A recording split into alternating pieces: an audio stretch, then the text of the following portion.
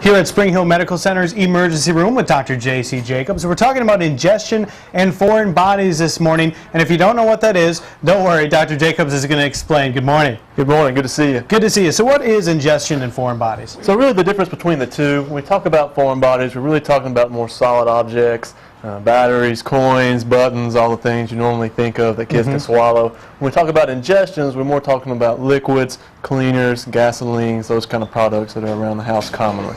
So let's talk about when they come into the emergency room. What types of things do you see when someone comes in with a swallowed object? Well, you know, with children we can see pretty much anything and everything across the board. There are some things that we do get more concerned about than others. These things would be, number one, button batteries, the small batteries you put in the watch, those kind of small batteries. Very easy to fall out of a bag, out of the trash, and very dangerous to children. Second thing would be sharp objects, bobby pins, safety pins, anything with a sharp edge on it. Those would be much more concerning for obvious reasons.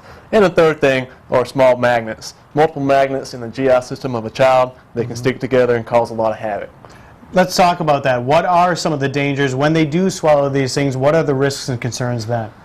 Whenever they swallow foreign bodies, things we worry about are damage to the GI system. They get stuck, they cause pressure necrosis, which is this breakdown of the lining of the GI system, can cause a lot of vomiting and a lot of other problems that we get concerned about. So what are the tips for parents then? Don't leave stuff lying around the house? Exactly. So last year there were 130,000 reported incidents of foreign bodies in the U.S. Highest risk month for that is December for obvious reasons. And so the things you always want to do, like you said, clean up around the house, watch the floor when you have company over, make sure there's no small parts laying around, especially with Christmas time, with gift time. Be very careful with the small objects on the toys, screws, all those kind of things. Very important to be careful with. And if you notice your child swallow something, what's the first thing you should do?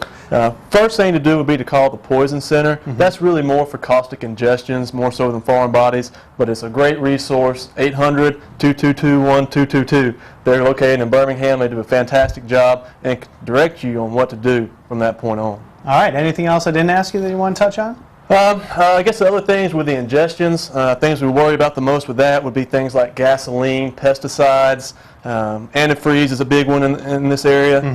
So just be careful. Think about the garage, think about the kitchen, think about the laundry room. Move that stuff up out of reach, lock it up, be very careful.